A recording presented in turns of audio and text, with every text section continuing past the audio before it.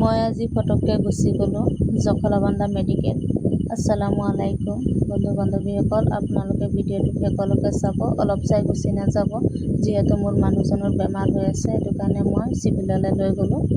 এয়া চাওক, মানুহজন বেড পোৱা নাই, মানে এটা বেডে আছে, মানে ফটা চিটা এটা বেড, তাতে মানে শুৱাই দিছোঁ আৰু বেজী মাৰিছে, দুটামান বেজী মাৰিছে আৰু এটা ভিটামিন চেলাইন দিলে। এতিয়া আৰু এইটো চৰকাৰী চেলাইন হয়, এইটো দি আছে। চাওক আপোনালোকে। আৰু মোৰ ল'ৰাটোৱে মানে বহুত অশান্তি কৰি আছে, তাই থাকিব বিচৰা নাই হস্পিটেলৰ ভিতৰত, বহুত অশান্তি কৰি আছে, গড় বল এনেকুৱা কৰি আছে। এতিয়া আমি লিফ্টত নামি আছোঁ ওপৰৰ পৰা। এয়া চাওক, লিফ্টৰ ভিতৰত আছোঁ, নামি আছোঁ। মোৰ ল'ৰাটোৱে বহুত ভাল পাই আছে, ঘূৰি ঘূৰি চাই আছে।